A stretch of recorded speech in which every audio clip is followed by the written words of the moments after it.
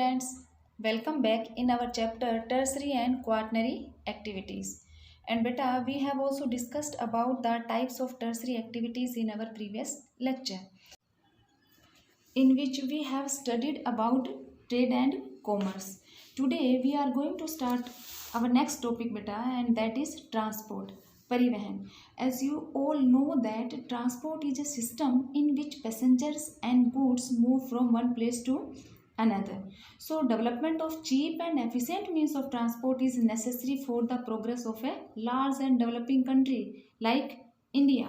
मतलब हम बात कर रहे हैं परिवहन की, तो हमें पता है कि परिवहन वस्तु और सवारियों को एक स्थान से दूसरे स्थान तक जिसमें ले जाया जाता है, ठीक है ना, वह व्यवस्था जिनमें हम एक स्थान से दूसरे स्थान तक इनको ले जाते हैं। इसीलिए अर्थव्यवस्था की एक महत्वपूर्ण कड़ी है और आर्थिक विकास भी काफ़ी हद तक इसी परिवहन की व्यवस्था पर निर्भर करता है, ठीक है ना। Economic growth largely depends on the availability of transport facilities, क्योंकि वस्तुएं या सवारियां कह लीजिए, ये एक जगह से दूसरी जगह अपने आप नहीं जाते। हमें जो भी मटेरियल चाहिए तो जहाँ उसका उत्पादन हो रहा है उस मैन्युफैक्चरिंग या फिर वहाँ से और उसको जहाँ उसकी सर्विस है वहाँ तक लाने के लिए हमें क्या चाहिए, ट्रांसपोर्ट फैसिलिटी चाहिए। इसलिए इकोनॉमिक ग्रोथ या फिर आर्थिक विकास के लिए जरूरी है। Cheap and efficient transport helps in production, distribution and consumption of goods, मतलब सस्ते, ठीक है ना, या फिर आपके अच्छे परिवहन जो व्यवस्था है या कुशल कह लीजिए, इन वस्तुओं के उत्पादन, उनके वितरण तथा उनके उपभोग में इससे सुविधा होती है। कैसे, देखिए हमने बात की थी होलसेल ट्रेडिंग सर्विसेज की और एक हमने की थी रिटेल ट्रेडिंग सर्विसेज की इन आवर प्रीवियस लेक्चर। तो आपके जो होलसेल जो ट्रेडर्स हैं वो आपके क्या करते हैं, सारा मटेरियल है वो मैन्युफैक्चरिंग यूनिट से लेते हैं, ठीक है ना। तो ट्रांसपोर्ट फैसिलिटी के थ्रू ही वो वहाँ से उसको लेकर आते हैं अपने गोडाउन तक। वहाँ लाने के बाद वहाँ से आपके जो रिटेल शॉपकीपर्स हैं वो लेकर जाते हैं, तो वो भी कैसे, ट्रांसपोर्ट फैसिलिटी के कारण ही वहाँ से वहाँ लेकर जाते हैं और उनके माध्यम से ही हम तक पहुँचता है, मतलब कंज्यूमर्स की अवेलेबिलिटी उनकी शॉप तक होती है। ऐसा नहीं है कि आपके होलसेल वाले जो अपने सिर पर गठड़ियाँ बांध कर और उसको वहाँ से लेकर आते हैं, ठीक है ना, और वहाँ से कहे अब आप अपने सिर पर लेकर जाइए। मतलब हमें इसके लिए क्या चाहिए, हमें यहाँ अच्छा ट्रांसपोर्टेशन सिस्टम चाहिए जिसकी वजह से हम वहाँ से उसको एक स्थान से दूसरे स्थान पर लेकर आ रहे हैं। ऐसे ही जहाँ मैन्युफैक्चरिंग का काम होता है, जहाँ उत्पादन हो रहा है, वहाँ पर भी रॉ मटेरियल को लाने के लिए या फिनिश्ड मटेरियल को, ठीक है ना, मार्केट प्लेस तक पहुँचाने के लिए भी हमें क्या चाहिए, ट्रांसपोर्ट फैसिलिटी चाहिए। इसीलिए परिवहन व्यवस्था जो है वो बहुत ही, या आप ये कह सकते हो कि अति आवश्यक है। ट्रांसपोर्ट सिस्टम जो है बेटा is a very important link between production and consumption, दोनों के अंदर जहाँ उत्पादन हो रहा है वहाँ पर भी। क्यों, क्योंकि जहाँ जिस फैक्ट्री के अंदर जो भी मटेरियल बन रहा है उस फैक्ट्री तक रॉ मटेरियल को लाने के लिए ट्रांसपोर्ट, बन जाने के बाद उसको मार्केट या कंज्यूमर्स तक लाने के लिए भी ट्रांसपोर्ट फैसिलिटी चाहिए। इसलिए ये क्या कड़ी का काम करता है, दोनों स्थानों को जोड़ने का, ठीक है, इसलिए इम्पोर्टेंट है। Sufficient transport facility enhance the value of material, और इसके साथ साथ इसकी जो उचित व्यवस्था है उससे वस्तुओं के मूल्य में अत्यधिक वृद्धि भी होती है। सो बेटा transport distance is measured in the following 3 forms, मतलब परिवहन दूरी को हम 3 रूपों में मापते हैं, 3 रूपों में इसे मापा जाता है। फर्स्ट देखिए आपके जो फ्लो चार्ट है उसमें है किलोमीटर डिस्टेंस, जिसे किलोमीटर दूरी भी कहा जाता है। नाम से ही पता चल रहा है कि किलोमीटर का मतलब आपने क्या कि वो कितना दूर है, ठीक है। तो ये आपकी क्या रियल में या फिर आपकी वास्तविक दूरी होती है, मतलब यू कैन से कि it is the actual distance of route length in kilometres, कि पूरा आपकी जो लंबाई या वास्तविक दूरी जिसे किलोमीटर में मापा जाता है वो आपकी किलोमीटर डिस्टेंस है। And the second time distance, जिसे समय दूरी कहा जाता है, और जो आपकी समय दूरी या टाइम डिस्टेंस है is the time taken to travel on a particular route, कि उस मार्ग पर यात्रा करने में आपको कितना समय लगा, तो उस लगने वाले समय को समय दूरी कहा जाता है। थर्ड कॉस्ट डिस्टेंस, ये भी नाम से ही पता चल रहा है, लागत दूरी। इट मीन्स यहाँ पर क्या है, it is the cost involve in travelling on a route, कि उस लागत दूरी को यात्रा पर आने वाली लागत के रूप में कि कितना खर्चा आया उसमें जाने के लिए। इसलिए आपकी ये 3 हो गई, नाम से ही क्लियर। किलोमीटर का मतलब कितनी किलोमीटर, टाइम का मतलब कितना समय लगा, और कॉस्ट का मतलब उसमें लागत या पैसे कितने लगे, खर्चा कितना आया। इसीलिए जब भी हम सेलेक्ट करते हैं मोड ऑफ ट्रांसपोर्ट को, तो distance in terms of time और cost is taken into consideration, ये ज़्यादा इम्पोर्टेंट होते हैं। कि मतलब आप जब भी किसी परिवहन के साधन का चयन करेंगे बेटा, तो आप इसमें ये देखेंगे परिवहन में लगने वाला समय और लागत को आधार माना जाता है, कि कितनी देर लगेगी वहाँ तक जाने में और उसमें कितना पैसा खर्च होगा, ठीक है ना। कई बार ऐसा होता है कि किलोमीटर डिस्टेंस है वो ज़्यादा मैटर नहीं करता, वो कब हो सकता है कि आप जिस रास्ते पर जा रहे हो वैसे वो किलोमीटर में या मतलब कम हो, लेकिन उसके साथ ये हो सकता है कि उसका रास्ता बहुत दुर्गम हो, पथरीला हो, ठीक है ना, या जंगल वाला या इस तरह का हो, तो इसका मतलब आपकी कॉस्ट जो है आपकी लागत बढ़ जाएगी। इसीलिए हम दो चीज़ों को ही ज़्यादा इसमें इम्पोर्टेंस देते हैं, समय और लागत को, ठीक है। नाउ बेटा जी, we are going to discuss factors affecting transport service. परिवहन सेवाओं को प्रभावित करने वाले कारक, कि कौन कौन से ऐसे फैक्टर्स या कारक हैं जो परिवहन सेवाओं को प्रभावित करते हैं, कि किन स्थानों पर डिमांड है वो ट्रांसपोर्टेशन की ज़्यादा होती है, कौन से स्थानों पर कम, या उसके अलावा भी डिमांड के अलावा भी कोई और फैक्टर्स हैं। तो लुक बेटे, first demand and the second route, दो कारक इसमें दिए हैं, पहला है मांग और दूसरा है मार्ग।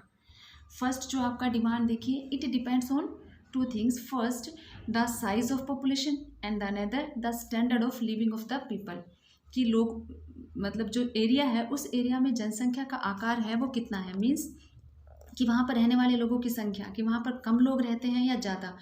जनसंख्या का आकार जितना ज़्यादा बड़ा होगा परिवहन की मांग भी उतनी ही अधिक होगी, ठीक है ना। ओब्वियसली अगर ज़्यादा लोग रहते हैं तो उन्हें आने जाने के लिए फैसिलिटीज़ हैं या परिवहन के साधन है वो भी ज़्यादा चाहिए अपने डिमांड्स को फुलफिल करने के लिए। इसलिए यहाँ पर क्या है, size of population, larger the size of population and higher the standard of living of its people, greater is the demand of transport, ठीक है ना। दोनों ही चीज़ें हैं कि अगर जनसंख्या ज़्यादा है तब भी, दूसरा उनका जीवन स्तर भी उच्च स्तर का है। देखो एरो जो लगा रखे हैं ये इस चीज़ को ही बता रहे हैं कि अगर ये दोनों ही ज़्यादा होती हैं, कि लोग भी ज़्यादा हैं उसके साथ साथ उन्हें घूमना फिरना, सैर सपाटा या बाहर आना जाना है ये बहुत पसंद है, तो इसलिए भी आपके क्या परिवहन के साधनों की मांग ज़्यादा होगी। तो अगर ये दोनों ज़्यादा होंगे तो वहाँ पर ट्रांसपोर्टेशन सिस्टम जो है, ठीक है ना, वो भी आपका ज़्यादा होगा। एग्जाम्पल ले लो, जैसे कि किसी कॉलोनी के अंदर सिर्फ थोड़े से ही लोग रहते हैं तो उन्हें आने जाने की आवश्यकता के लिए एक टैक्सी, दो टैक्सी या तीन चार से काम चल सकता है, ठीक है ना। लेकिन अगर वहाँ पर बहुत बड़ा एरिया है और उसके अंदर बहुत सारे लोग रहते हैं तो उन्हें आने जाने के लिए फैसिलिटीज़ है, ट्रांसपोर्टेशन की ज़्यादा चाहिए, चाहे टू व्हीलर्स या टैक्सी कह लो या उससे ज़्यादा। या आप और ले सकते हैं कि स्कूल में अगर स्ट्रेंथ कम है तो हमें कब बसेस की ज़रूरत है एक एरिया से आने वाले बच्चों के लिए, और अगर ये है कि उस एरिया से बहुत सारे बच्चे आते हैं, स्ट्रेंथ ज़्यादा है, तो वी नीड मोर बसेस, हमें ज़्यादा की ज़रूरत है। तो यहाँ भी वही है कि लोग अगर ज़्यादा रहते हैं तो इसका मतलब उनकी डिमांड है वो उस एरिया के अंदर ट्रांसपोर्टेशन की डिमांड है वो ज़्यादा होगी। दूसरा, उन्हें किस तरह का जीवन जीना पसंद है, तो ये भी इस पर भी डिपेंड करता है कि उन्हें लगता है कि उनकी आवश्यकताएं तो वहीं पूरी हो जाती है, उन्हें तो बाहर इतना निकलने की आवश्यकता है ही नहीं, कभी कभार जाते हैं तो फिर कम आवश्यकता है। लेकिन अगर उन्हें बाहर जाने की ज़रूरत बार बार पड़ती है, वो अच्छा जीवन जीते हैं, उच्च स्तर का जीवन जीते हैं, तो फिर वहाँ पर क्या, they need more transportation system, ठीक। नेक्स्ट देखिए बेटा, आपका जो है परिवहन, सॉरी सेकंड जो आपका है वो है आपका रूट्स, ठीक है ना। एंड रूट्स जो है depend on location of cities, towns, villages या industrial centres and raw material या pattern of trade between them, या आप ये भी कह सकते हैं कि टाइप ऑफ क्लाइमेट, ठीक है ना, nature of the landscape between them, या फिर funds available for overcoming obstacles along the length of the route. मतलब बहुत सारी चीज़ें कि सुनिश्चित मार्गों पर तो होता है, परंतु ये नगरों, कस्बों, गांवों या औद्योगिक केंद्रों या कच्चा माल कहाँ मिलता है इसके ऊपर भी डिपेंड करता है। या फिर उनके मध्य व्यापार के प्रारूप कौन कौन से हैं, किस प्रकार की भूदृश्य है वहाँ पर, वहाँ की जलवायु किस प्रकार की है, या मार्ग की लंबाई, ठीक है ना। ये इन सब का भी इफेक्ट पड़ता है कि आपका एरिया जो है वो रॉ मटेरियल सप्लाई करता है, तो उस रॉ मटेरियल को और अर्बन एरियाज तक पहुंचाने के लिए, ठीक है ना, या आपकी उन सेवाओं को वहां तक देने के लिए ज़रूरत है ट्रांसपोर्टेशन सिस्टम की, कि गांव या रूरल एरिया जो है वो रूरल एरिया से, ठीक है ना, आपके अनस्किल्ड लेबर है वो अपनी सेवाएं देते हैं अर्बन एरियाज़ को, अर्बन एरिया से आपके हाई स्किल्ड सर्विसेज है, डॉक्टर्स हैं, टीचर्स हैं, लॉयर्स हैं, ठीक है ना, वो अपनी सेवाएं देते हैं किसको, अर्बन एरियाज़ को। इसलिए अर्बन एरियाज़ और रूरल एरियाज़ को अच्छी तरह कनेक्ट करने के लिए क्या चाहिए, ट्रांसपोर्टेशन सिस्टम चाहिए, ठीक है। तो ये आपका सेकेंड है मार्ग। नेक्स्ट देखिए बेटा, ये इंपॉर्टेंट पॉइंट है आपके नोड और वर्टेक्स या फिर आपका लिंक और एज, जाल तंत्र या पहुंच के ऊपर ही डिपेंड करता है, नेटवर्क एंड एक्सेसिबिलिटी, ठीक है ना। First that we are taking the meeting point of two और more routes, point of origin, point of destination, मतलब नोड और वर्टेक्स, या जिसे हम हिंदी में शीर्ष कहते हैं या नोड भी कहा जाता है, ठीक है ना। नोड और शीर्ष जो है वो क्या होते हैं, आपके मीटिंग पॉइंट ऑफ टू, मतलब कोई भी दो रास्तों को जोड़ने वाला एक स्थान, ठीक है ना, या दो से अधिक भी हो सकता है कि एक ऐसी जगह है जिस पर दो रास्ते आकर मिलते हों या दो से ज़्यादा रास्ते आकर मिलते हो, जैसे हम चौराहा कहते हैं, ठीक है, हमारा महावीर मार्ग हो गया। इस तरह का जो स्थान है, या फिर point of origin, point of origin का मतलब उद्गम केंद्र। इट मीन्स बेटा वहाँ से बहुत सारे रास्ते जा रहे हों, जैसे हमारे महावीर मार्ग जो है, महावीर चौक है, उससे जा रहे हैं ना चारों तरफ अलग अलग, एक सिंघाना रोड की तरफ, ठीक है ना, वो ओरिजिन हो गया। एक तरफ आपका रेवाड़ी रोड है, एक आपका महेंद्रगढ़ रोड है, तो ये ओरिजिन। नेक्स्ट डेस्टिनेशन पॉइंट, गंतव्य बिंदु, ठीक है ना, कि वो किसी दूसरे के लिए, कि महेंद्रगढ़ वाले जो है, महेंद्रगढ़ वालों के लिए आपका जो ये चौक है, ये क्या हो सकता है, गंतव्य डेस्टिनेशन पॉइंट हो सकता है। रेवाड़ी रोड के लिए भी ये डेस्टिनेशन पॉइंट हो सकता है कि उन्हें यहाँ पर आना है। इसका मतलब ये चौक या ये जो मार्ग है, ये आपका क्या हो गया, बहुत सारे उनको कनेक्ट कर रहा है, जोड़ रहा है, अलग अलग जो आपके रोड्स हैं या रूट्स हैं उनको कनेक्ट कर रहा है। तो इसे हम क्या कहेंगे, नोड और वर्टेक्स कहेंगे, ठीक है। नाउ द अनदर इज बेटा लिंक और एज। इसे हम योजक अथवा किनारा भी कहते हैं। नाम से स्पष्ट हो रहा है, लिंक का मतलब कनेक्ट करने का काम करना। It means every road that joins two nodes. हमने नोड के अंदर बात की थी ना, डिफरेंट रूट्स जो हैं उनको जो एक स्थान पर मिलते हैं या वहाँ से जाते हैं, तो आपका वो क्या था, नोड था। तो ऐसे ही जो दो नोड अलग अलग जगह हैं, दो नोड हैं, उन दो नोड या दो शीर्षों को जोड़ने का काम जो रूट करता है, उस रूट को हम लिंक या एज कहते हैं, ठीक है। इसको समझने के लिए देखिए, आप शीट पर समझिए इसे। देखो बेटा, हम समझने की कोशिश करते हैं नोड और वर्टेक्स। हमने किया था नोड या शीर्ष जो है उसके अंदर कि आपके डिफरेंट रूट्स जो एक स्थान पर आकर मिलते हैं या फिर यहाँ से जाते हैं। मतलब ये ओरिजिन प्लेस भी हो सकता है अगर ये यहाँ से बाहर की तरफ जा रहे हैं, ठीक है। जैसे हमने किया कि महावीर चौक, तो उसमें आपका अलग अलग तरफ जा रहा है, एक तरफ रेवाड़ी, एक तरफ आपका महेंद्रगढ़ या सिंघाना या पुल बाजार, ठीक है। तो ये आपका नोड हो गया। ओरिजिन डेस्टिनेशन पॉइंट कब होगा, जब किसी और के लिए ये गंतव्य बिंदु है कि उसे यहाँ से यहाँ आना है, ठीक है। कि रेवाड़ी रोड है, रेवाड़ी रोड जो है, रेवाड़ी से लोग यहाँ पर आ रहे हैं, तो उनके लिए क्या हो गया, डेस्टिनेशन पॉइंट हो गया।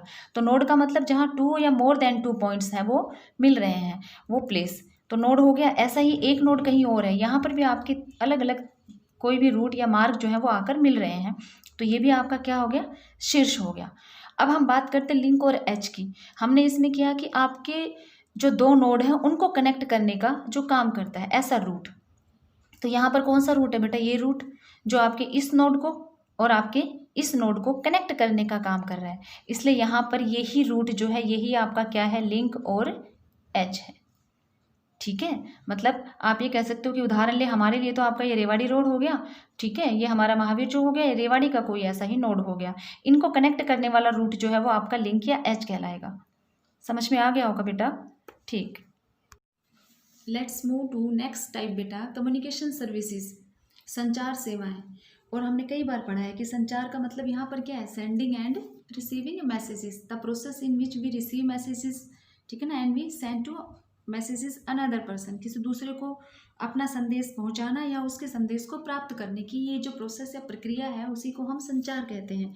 Means it the network carry information from one place to another, physically like postal services हो सकता है बेटा, through wires like telegraph and telephone, और थ्रू एयरवेज, एयरवेव्स भी होता है ना, लाइक रेडियो एंड टेलीविजन, ठीक है। Some communication systems work in cooperation with transport system like postal services, कि आपका डाकिया आपके लिए जो चीज़ें या मटेरियल आता है तो वो किसके थ्रू लाता है, ट्रांसपोर्टेशन सिस्टम के थ्रू, ठीक है ना। या कुछ इंडिपेंडेंट भी होते हैं जो काम करते हैं, जैसे आपका रेडियो।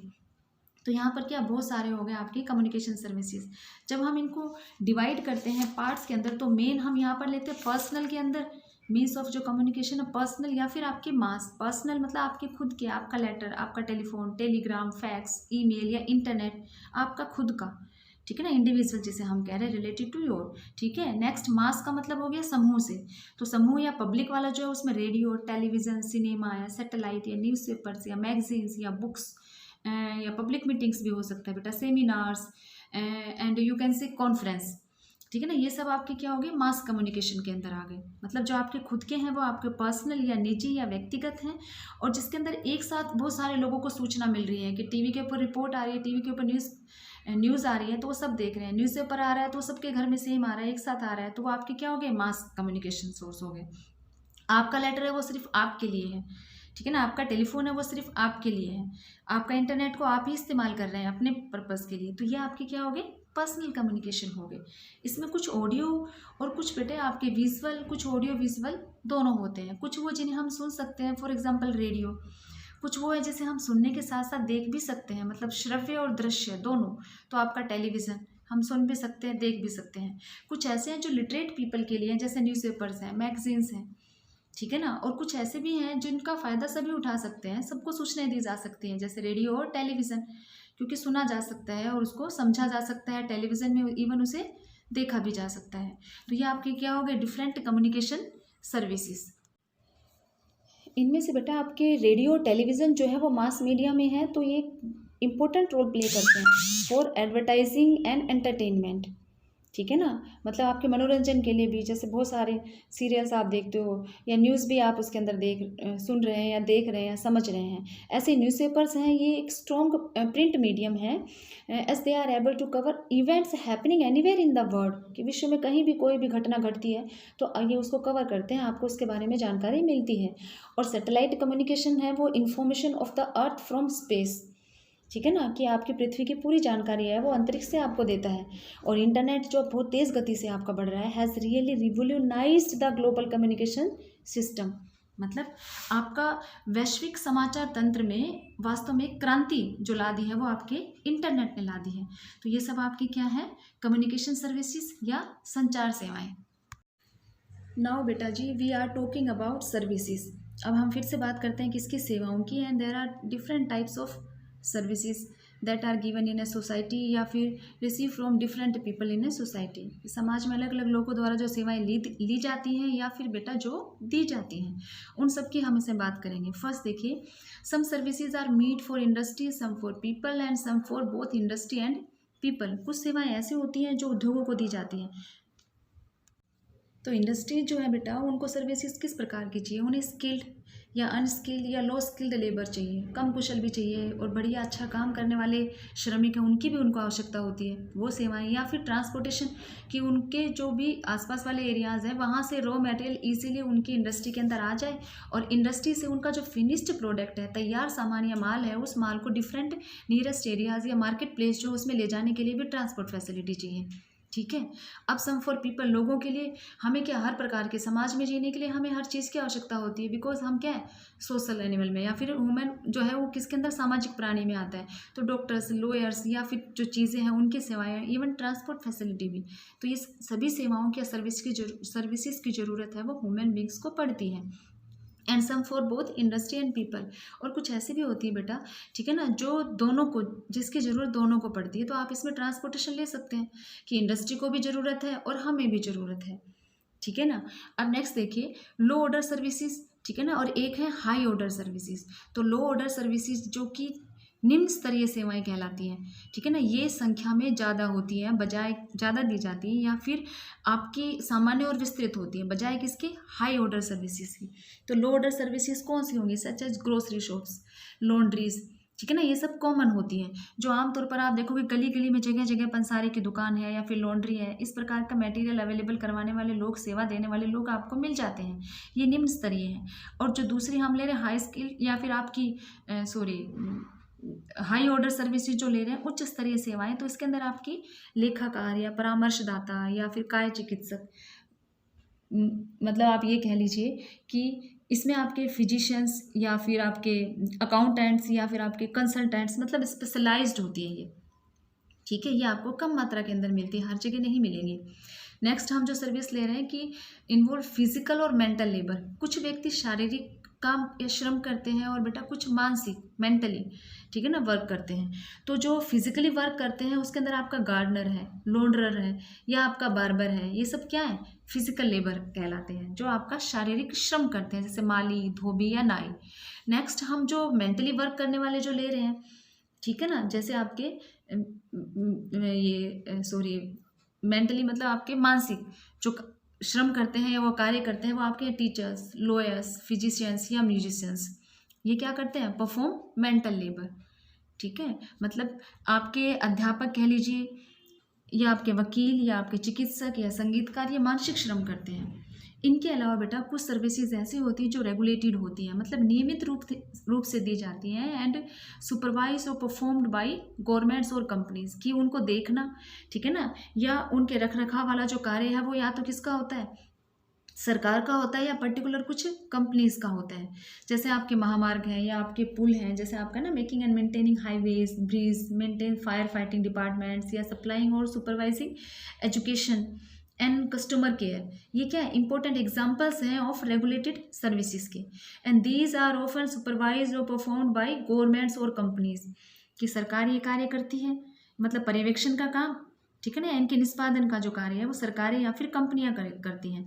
ऐसे ही आपके ट्रांसपोर्टेशन है, टेलीकम्युनिकेशन है, एनर्जी है, या वाटर सप्लाई है, ऐसी और आपकी बहुत सारी सर्विसेज आती हैं, ठीक है ना। या आपकी प्राइमरी हेल्थ केयर है, इंजीनियरिंग है, लॉ एंड मैनेजमेंट है, ये प्रोफेशनल सर्विसेज हैं, ठीक है ना। Availability of market influence the location of recreational and entertainment services, कि कुछ हमें ऐसी भी होती है जैसे आमोद प्रमोद या मनोरंजन वाली, तो ये डिपेंड करता है कि वो एरिया किस प्रकार का है। अर्बन एरियाज है उनके अंदर इनकी डिमांड है वो ज़्यादा होती है rather than the rural areas, वहाँ लोग इनकी मांग ज़्यादा करते हैं। तो उन स्थानों पर इन सर्विसेज की डिमांड ज़्यादा होने के कारण इनको अवेलेबल करवाने वाले या पे करने वाले लोग भी ज़्यादा होंगे, ठीक है। इन सब के अलावा आपकी एक और होती है इनफॉर्मल या नॉन फॉर्मल सेक्टर्स, जो हम लेते हैं अनौपचारिक या गैर औपचारिक सेक्टर, ठीक है। और इसके अंदर बेटा हम जो सर्विसेज इंक्लूड करते हैं ये पर्सनल सर्विसेज होती हैं, which are availed by people in their everyday life, जो रोजमर्रा के जीवन में लोगों द्वारा, ठीक है ना, या जीवन को सुविधाजनक बनाने के लिए दी जाती हैं। और इसके अंदर आपके unskilled workers migrate from rural to urban areas and find employment in domestic services like housekeepers, cooks, gardeners, ये सब इसके अंदर इंक्लूड होते हैं। कि आपके जो आसपास वाले एरिया गाँव से और वहाँ से अकुशल श्रमिक जो है वो क्या नगरों में आते हैं काम की तलाश में, और वहाँ पर वो मोची का या गृहपाल का या खानसामा का या माली का, ऐसे निम्न श्रेणी के काम करते हैं। इसके लिए ये उनका जो वर्क है ये अनस्किल्ड है, तो इसके लिए बेटा उनका जो उनको जो पैसे मिल रहे हैं या उनका जो मेहनत आना है वो भी आपका कम होता है, मतलब कम भुगतान किया जाता है। इसीलिए ये वर्क या आपका आप ये कह सकते हो कि ये सेगमेंट जो है कॉम्प्राइजेज ऑफ अनऑर्गेनाइज सर्विस, इसे असंगठित कहा जाता है इस वर्ग को। और इसका सबसे बड़ा एग्जाम्पल जो है वो आपका इसमें साइड में देखो पिक्चर बनी हुई है, मुंबई की डब्बे वाली, मतलब टिफिन सर्विसेज, ठीक है ना। टिफिन सर्विसेज ये मतलब टिफिन अवेलेबल करवाने का काम करते हैं ऑल ओवर द सिटी, पूरे शहर में, जो 1,75,000 लोग जो है कस्टमर हैं जिनको ये क्या डेली आपका टिफिन जो है वो पहुंचाने का कार्य करते हैं। तो ये आपका क्या अनऑर्गेनाइज्ड या फिर आपका इनफॉर्मल सेक्टर होता है, इनफॉर्मल सर्विस होती है जो डेली रूटीन में दी जाती है।